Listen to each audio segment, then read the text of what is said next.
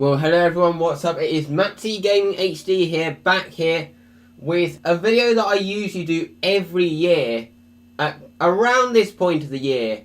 And here I am going to predict what I can see the 2017 Formula 1 grid looking like.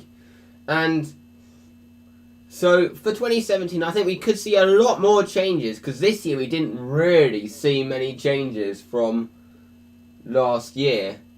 But I can see more changes happening for 2017, so I think we could be in for a very interesting silly season from now on. So, obviously Mercedes, they're pretty much locked. I don't know what all the speculation of one of them getting sacked is. I mean, why would they do that? Why would they bench one of their drivers? Because they basically lose themselves a lot of points. I mean, of course they have Verline, but Lewis and Nico are doing a completely decent job, and they're two good drivers that obviously would take the team to Constructors' glory. And they have been a lot closer this year, so I can expect that rivalry, which has made F1 very exciting. That's been probably one of the most exciting things about F1 over the past few years, the rivalry between Hamilton and Rosberg, and obviously that's probably going to continue next year. So, next up we have Ferrari. Now, in terms of the order, if another team comes relevant to another team, I'm obviously going to do this in Constructors' order at the moment. But if another team comes relevant, I'm going to do that team next. And that's the case of Ferrari. So, Ferrari obviously have Vettel and Raikkonen signed for next year. Now, many people were surprised that Raikkonen was kept for next year. But at the moment, really, what else can they do, really? Because I think, like a few years ago, they obviously sacrificed everything, so obviously Bianchi can be in that car. Probably actually it would have happened this year, but obviously, unfortunately, due to tragic circumstances, that couldn't happen. And as they basically sacrificed everything so he could be in that car, they don't really have any other options. Obviously, through tragic circumstances, but I don't really see who else Ferrari can get, to be honest, throughout the next few years. It's all the other drivers who perform at least as well as Jules would have, as that is, they clearly want someone who performed that well, are already basically signed to another team. I mean, Perez is signed to Force India. I'm going to go on to that later. They could take Verstappen, but he's signed for Red Bull. So is Ricciardo signed for Red Bull. Obviously, I'll go on to those later. And Bottas is signed for Williams. So, there's not really anyone else they can take. And this leads me on to Haas. And Grosjean will obviously stay. Gutierrez, I do not see staying, because he has really underperformed. I don't know why they picked him. I think they should have picked Verne instead of Gutierrez, mind you. And I'd say Verne in that seat, I'd say it's possible, but it's unlikely, considering he's already signed to a Formula E team in the form of Tequita. I'm not even sure how that's pronounced. So I'd say that is unlikely. I don't think Verne would have made that deal had he thought that an F1 chance with Haas is likely. Now, this is where Ferrari come relevant. They have, and I know that people may see this as quite a bold prediction. They have Charles Leclerc, who, if you don't know who he is a Ferrari junior who is leading GP3 at the moment, and he's probably going to win GP3. Judging by how things are going, even penalties haven't stopped him so far. And, of course, he's been given Friday runs with Haas, so they are clearly preparing him for F1. I mean, I know this is a bold prediction, and personally, I don't think he should be rushed. But judging by the fact I think Ferrari might be stuck with Kimi until they can find another young protege, and because of that, I can see Ferrari wanting to put Leclerc in that seat, especially as if he wins the GP3 championship, it would make him eligible for an F1 super license. So I can see Leclerc in that seat.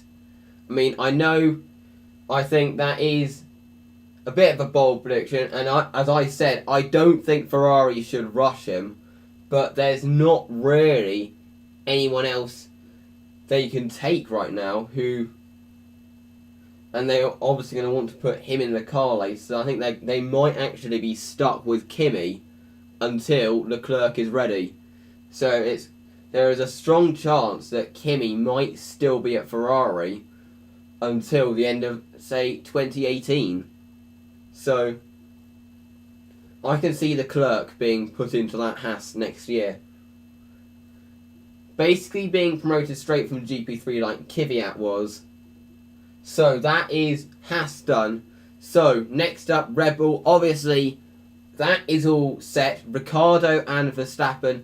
And I can see Red Bull being a very strong team next year with downforce and stuff, which is Red Bull's strong point, becoming crucial next year. I could see Verstappen probably having his first chance of winning the championship and becoming the youngest ever Formula 1 champion. I wouldn't be surprised if that happens. Next up, we obviously go on to Williams. There's been a lot of speculation about this. There's Valtteri Bottas, who is pretty much confirmed. There has been speculation of Massa getting dropped. But to be honest, it seems, judging by what people like senior figures, people like Frank Williams and people like that have said, I think they're going to keep Massa for another year. And because Massa has done fine, he is performing very close to the level. I think Bottas has slightly had the upper hand, but I think they are very equal, the two Williams are. Bottas has only had the upper hand by a slight margin, and I don't think Jensen, I mean, I know there are a lot of Button fans out there, I don't think Jensen or any young driver they could put in that car would perform at that level. So I think they're going to keep Massa for another year and then maybe promote someone like Verline in 2018. So I can see Massa staying at Williams, and then that leads me on to Jenson Button, who, unfortunately, this probably means is going to retire from F1 at the end of the year. And my prediction is that is going to happen, and that is going to be announced in the summer break. So that obviously leads me on to McLaren, and this is a slam dunk who's going to be in that car in place of Jensen. And obviously Fernando Alonso's staying, and then they're going to promote Stoffel Van Dorn for 2017, and he's had a year after winning GP2, and he's done an F1 race as well, and scored a point as well. I can see Van Dorn next year actually giving Alonso a run for his money, and then maybe that might pressure Alonso to retire at the end of 2017, which I can see happening. So that is my prediction for McLaren. I can see Van Dorn really giving Alonso a run for his money. So now moving on to Force India, Vijay Mallya did state, I was actually watching this live on TV, Vijay Mallya stated that Hulkenberg and Perez were signed for this year, or next year I mean. So obviously, if the principal says that, then that is confirmed. So, and I'm placed that obviously as a Force India fan myself. I'm quite happy with Hulkenberg and Perez, even though Hulkenberg's underperformed a little bit recently, but he has been quite unlucky recently. So I can see them both stay. So obviously they're both going to stay next year. Now moving on to Toro Rosso.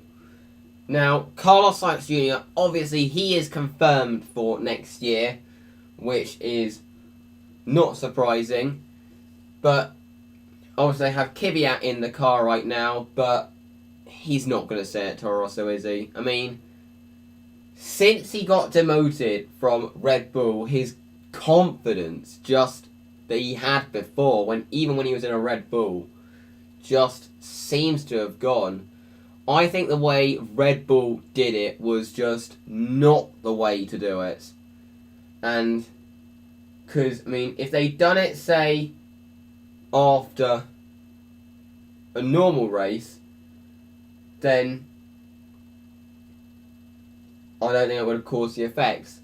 Obviously, they would have had to promote Verstappen, but obviously they were going to do that. But the way they did it just after Kvyat's incident in Russia just made it feel like it was because of that. And then that probably made Kvyat feel that way as well. And of course, if something like causing an incident feels like it's caused a demotion, then obviously that's going to completely knock the confidence. So I just can't see him staying at Toro Rosso. And who they'd obviously promote? Pierre Gasly, currently doing well in GP2. He just won a race at Silverstone.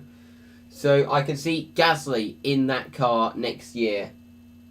And that could be quite an interesting and strong lineup. Sainz and Gasly. I can see Gasly probably not performing like Verstappen did, but maybe like Sainz has done since he joined Toro Rosso. This moves me on to Renault, where Kevin Magnussen doing a decent job, and I can see him staying, obviously.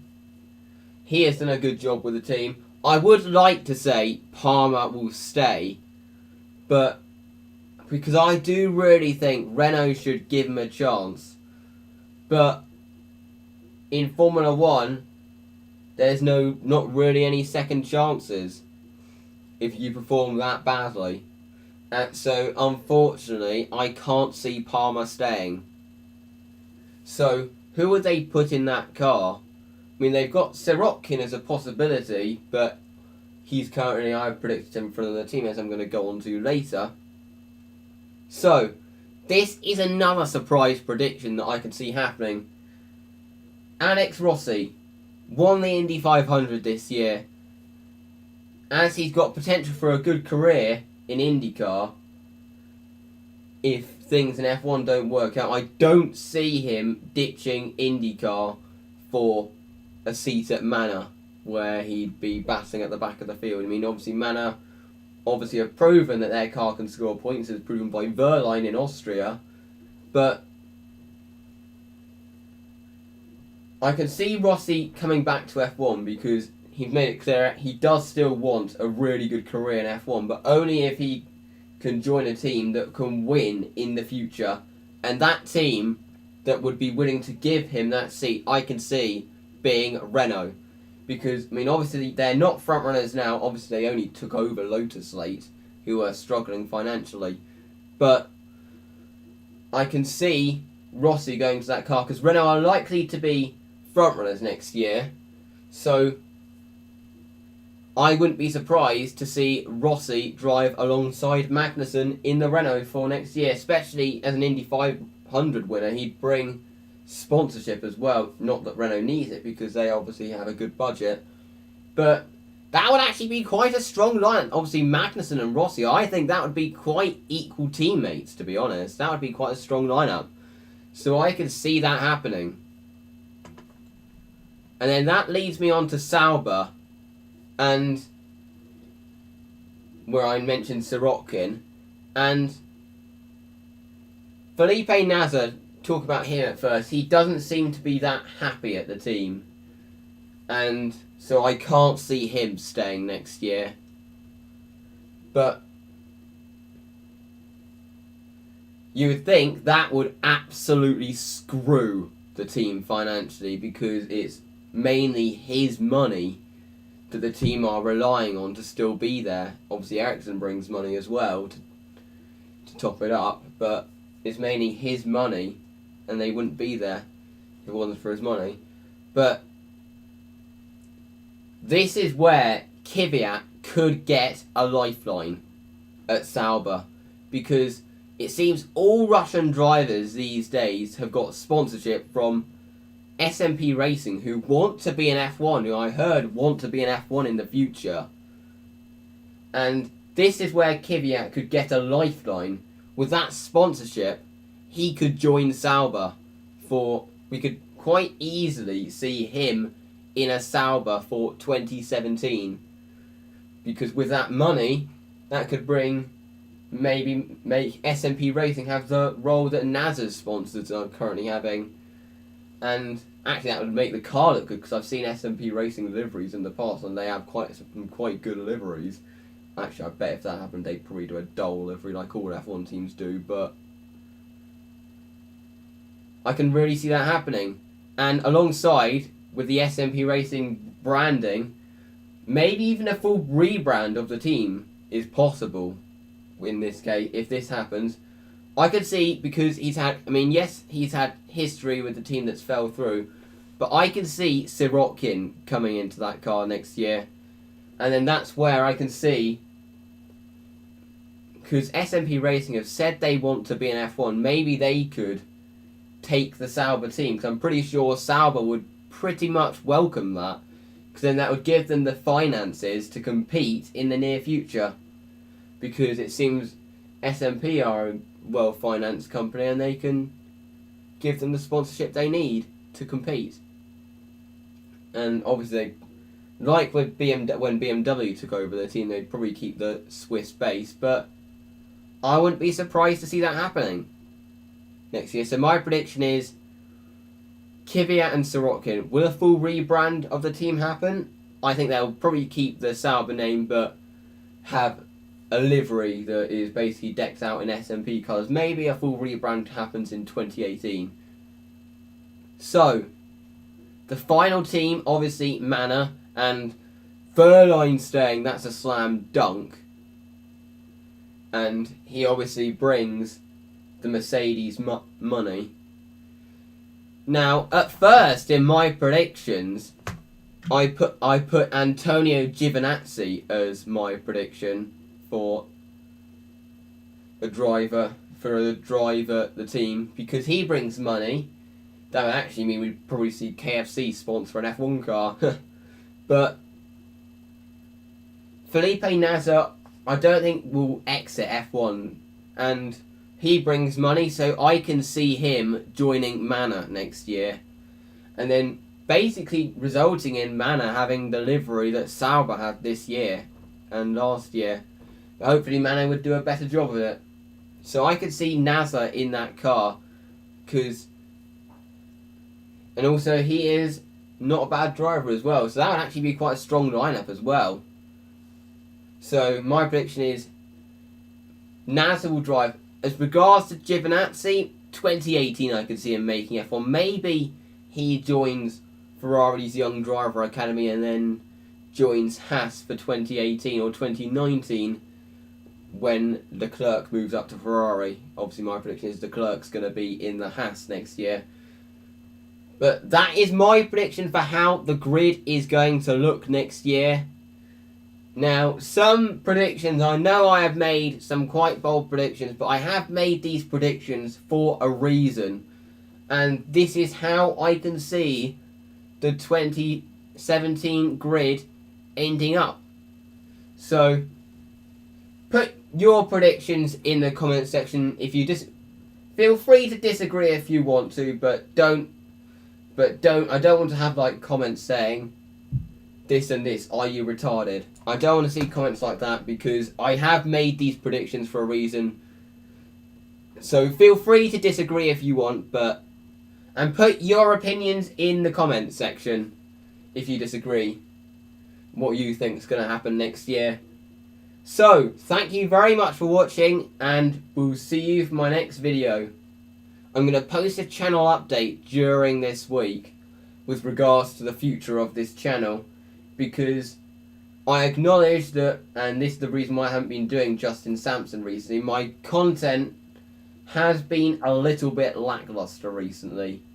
So obviously I want to improve and come up with some new series, an original series that is nothing like anyone has done. I will be releasing that channel update probably this week. But thank you very much for watching, and we'll see you for my next video. Goodbye.